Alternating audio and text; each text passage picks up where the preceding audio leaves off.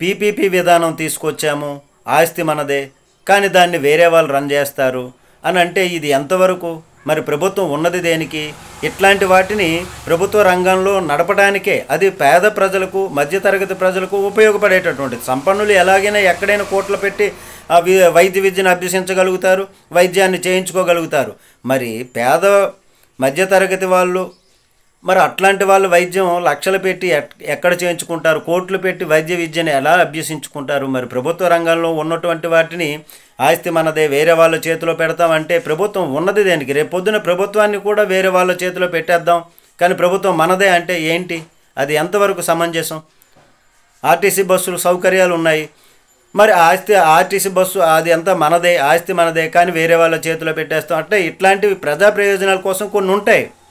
దాంట్లో లాభాలు ఆశించేటటువంటిది ఉండదు, ప్రజలకు సేవ మాత్రమే అందులో ఉంటుంది. మధ్యతరగతి, పేద తరగతి వర్గాలు అందులో లబ్ధి పొందుతారు.